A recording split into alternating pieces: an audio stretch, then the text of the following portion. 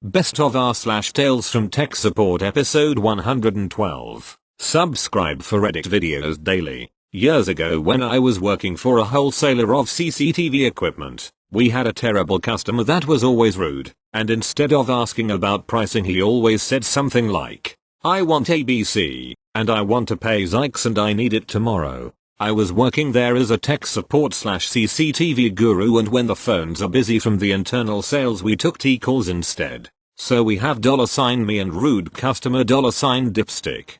$dipstick.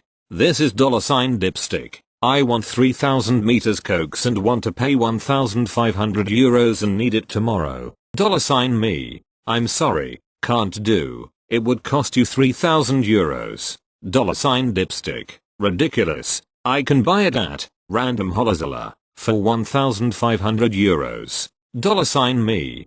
Go ahead, buy it there, but the quality doesn't compare. They sell copper-cladded steel and we sell pure copper cable, which is more expensive, but image quality remains solid when using bigger lengths. $dipstick. Bullshit. You just trying to con me to buy your too expensive coax cable. $me. I'm not a sales guy and you know that. I'm just trying to prevent you from making a mistake. $dipstick. And I kept debating this for a few moments and I'm just taking the insults, as long as they don't become personal, and eventually he told me he was going to buy the cable from somewhere else. Whatever. I don't care. A few weeks pass and $dipstick is furious again, or should I say as usual, on the phone with our sales director complaining about the terrible quality of our cameras. Hardly any colors appear and we need to resolve it. I overheard the conversation and asked which project it was and recognized it as the project he wanted to buy the cable for. So eventually I was added to the phone call and told him that I was confident it was the cable. This obviously made him more furious, since he thought I just wanted to move the blame to our competitor. So we agreed, or actually our spineless, weak-kneed sales director, that I would come over to the project and investigate the issue on the project. So I went there, saw the issue, and knew it was a cable issue. So took his camera, connected it to a few meters of cable next to the DVR to show the cameras were just fine. Obviously $dipstick disagreed and told me that the cameras didn't have enough power to transmit the signal over longer lengths of cable. But I was prepared for this question and had a reel of 500 meter cable with me and connected one end to the DVR and the other end to the camera, and the camera delivered as expected a decent image. So eventually, the customer had to replace the cabling, which was nicely poured into the concrete, but couldn't be replaced since it was stuck in cabling.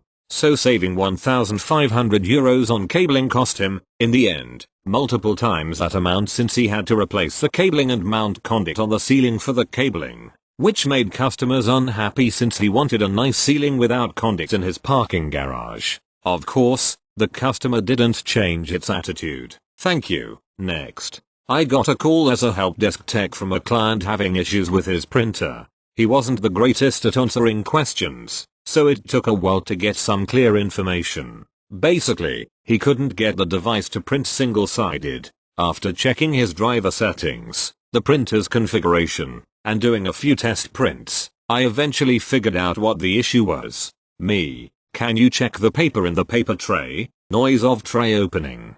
Him. Oh. He had filled the paper tray with paper that already had text printed on one side. Thank you. Next. This isn't necessarily a nightmare tale, but I think it'd fit. I used to work the support desk for a printer company. We mostly got troubleshooting calls, but every now and then we'd get installation support calls. People call us to walk them through setting up their printer. One afternoon I got an installation support call where a patient end user was setting up their black and white printer. At the time there was a semi-common issue of the specific drivers for the printer in question not showing up on a certain Windows 10 versions, so we were instructed to load the generic brand PCL6 drivers as a workaround.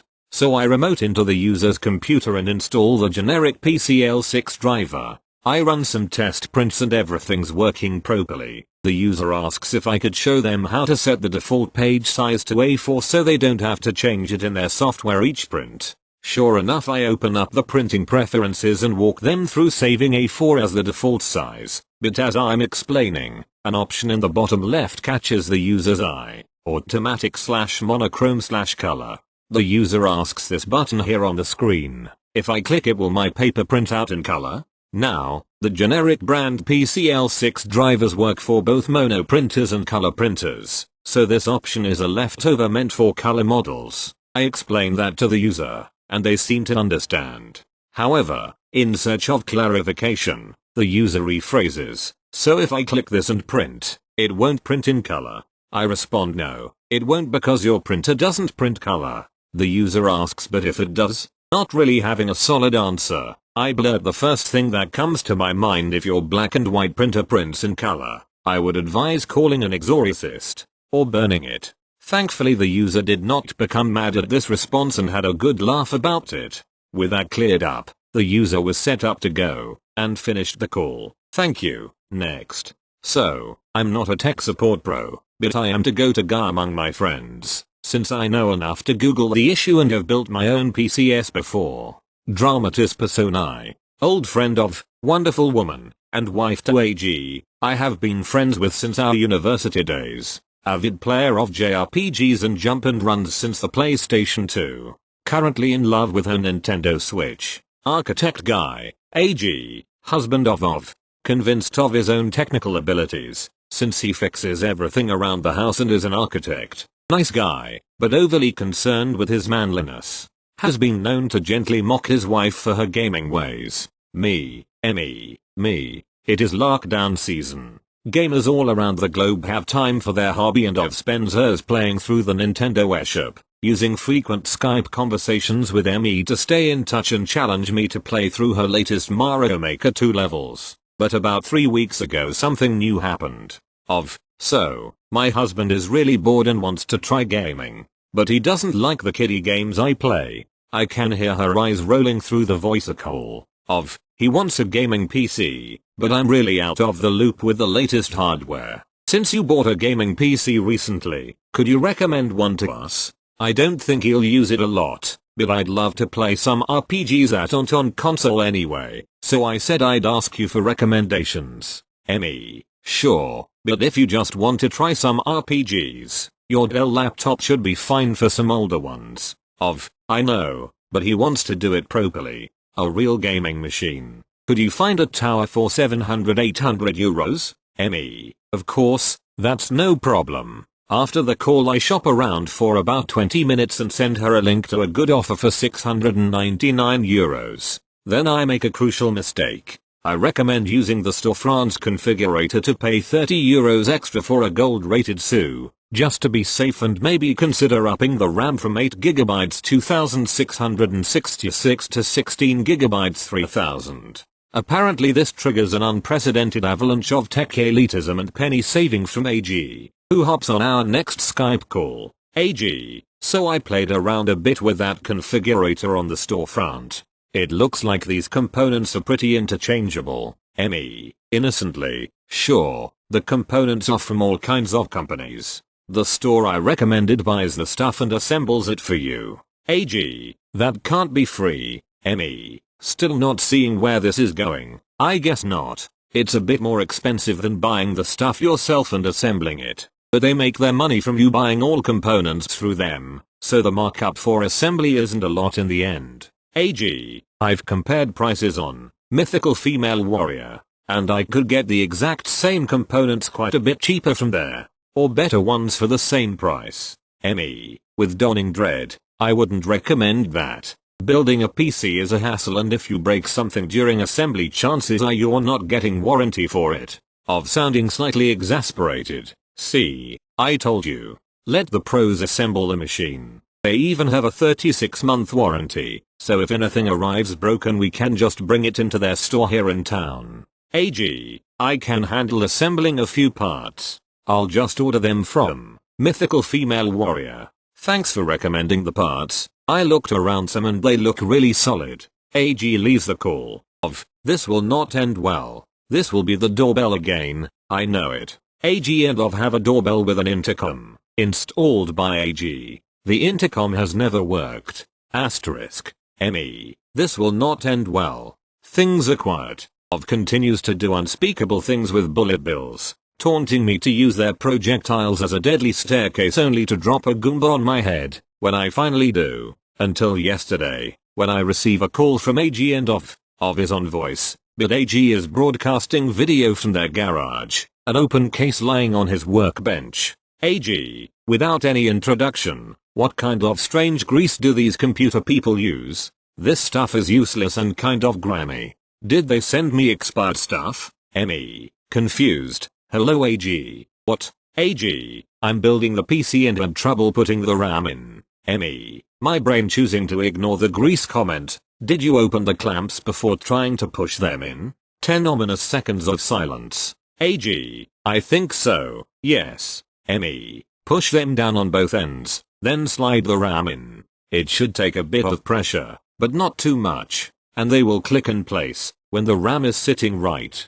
AG, but what about the grease? Did they send me old gunky stuff? ME, brain slowly remembering that this was the start of the call. What grease? AG, the grease they sent me with the parts. I used it to lube up the RAM, but it didn't help at all. ME, harboring a terrible suspicion. What does the tube of the grease say? Rustling sounds. A tube comes into view. AG, super thermal grease. To my shame I must confess that I started laughing at that. As an excuse I can only say that I've laughed harder than me. As my penance I will drop off the poor components and a bottle of scotch with me, so I can try to rescue the DIMM slots and RAM by applying alcohol internally and externally. But AG still wants to finish building the PC himself. Thank you. Next. I'm not a tech support guy beyond the standard you work in IT. Can you help fix my laptop? But back in the day when I was still in uni studying IT, I used to work in a hardware store, the lumber and nails kind, to make ends meet. This would have been around 2008 by my guess. Anyway, a tradesman that was kind of the go-to-shop tradesman that we shipped our jobs to if people came in with issues would come in and hang out around the store during quiet periods. He was a friendly bloke, and such a classic tradie, prone to making joking, but crass comments. He got chatting about his home life and his family, and after he learned that I was studying IT he mentioned he wouldn't mind paying me $50 to come fix his router that he couldn't work out. I can't remember exactly what was the issue, but it was an easy fix. So after work, I dropped by his house and get to fixing the router, and while chatting he dropped this line. Tradie, yeah it's hard mate, now I'm married with kids, can't even look up girls anymore. Kids and the missus will find it in the history and that wouldn't be good either way. Me, oh, you know about incognito mode right? Tradie, huh, what's that? I explained incognito mode and showed him how to get onto it, and his eyes began to light up, like a door to paradise had been reopened for him. It was honestly like a kid had been told he'd been bought a new console or something. He gave me an extra $50 as I was leaving. And from then on he often seemed to give me one of those knowing slight nods on the shop floor. Seems he'd really been missing that part of his life. This was one of 2 times browser history and people's lack of knowledge about incognito mode came up while helping a friend with an IT problem during my uni days, but I'll save the other story for another post. Thank you. Next. This story is hard to fully anonymize, but I think enough time has passed that I can tell it. I was working as a developer at a software company and we needed a way to authenticate the devices we were building to our web services. Nothing too major, but there were some potentially sensitive endpoints which exposed things that were normally protected by captchas and other anti-abuse protections. The original idea was pretty simple, but completely infeasible. Basically, each device would have an X509 SSL certificate baked in at the factory that we could verify on our end. Basically, the exact same kind of certificates that you can purchase from Verisyn, but we were the certificate authority and could validate that they we issued them. Any abuse could be mitigated by revoking the certificate. At the last minute however, the manufacturers told us that they didn't have the capability of putting custom unique certificates in the devices, but they could put in unique serial numbers. BTW, this is something I brought up early in the design process only to be brushed off by management by saying they already had it handled. So, I ended up with the task of creating a mechanism to load these certificates onto devices during the setup. I researched how others have done this in the past, what worked, and what broke and came up with a fairly robust plan for doing this. After a whole month of discussions with architects and other people, the company had completely torn apart my initial design only to come full circle back to what I initially presented, with a couple of notable differences. The first had to do with what happens when a device had a bad serial number and couldn't get a certificate. I said, it's a lemon and the customer should exchange it at the store. If the manufacturer couldn't stamp a valid serial number, there's probably plenty of other problems with it as well. I was told that was a bad customer experience and insisted on adding a way to manually enter a serial number. There would be a phone number to call and customer service would give the user a new 25-digit hexadecimal number to enter to get past the initial setup process. I mentioned that this would defeat the purpose and open up the system to all kinds of abuse once people figured this out. I was told right then that that is a risk we're willing to take. Fast forward a few months, and someone in the company discovers a post in an online forum with instructions on how to get these certificates onto unlicensed devices and management freaks out. I got an urgent email asking how to fix it. I simply replied, that was a risk we were willing to take and never heard anything from them again. BTW. The other notable design change was how we limited the number of certificates we would issue for a device. I suggested doing a basic rate limit. If you need to hard reset your device more than a few times a week, then we should probably stop issuing certificates to it. They changed it to a hard limit of 100 for the lifetime of the device. This seemed pretty stupid, but still fairly reasonable to me, so I didn't fight it. Then later discovered that an early batch of the devices were sent to a partner for sales training purposes. They ran through that 100/lifetime cold reset real quick, and we had to rush a fix to our service to make a special case for those training devices. Thank you. Next. Short one for you. Me. STML. User with short-term memory loss. Monday, I go into office to address a couple of WFH monitor requests. Asset tag the monitors and bundle them with appropriate cabling for the laptops that the user has and place at front desk. Send an email to all users. Your monitor is ready for pickup.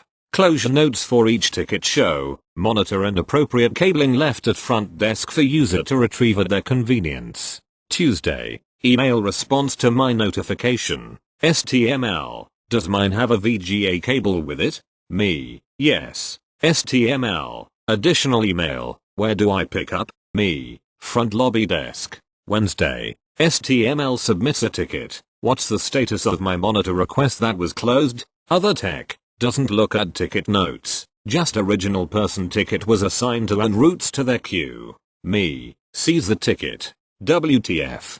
Dear STML. Your ticket was closed advising you that your monitor is ready for pickup at the front lobby desk with all the requested cables. Additionally, you received an email from me notifying you of this and you responded to it twice asking where to pick it up and if it had the requested cables. Both of which I responded to and told you. Is there something else you need clarification on?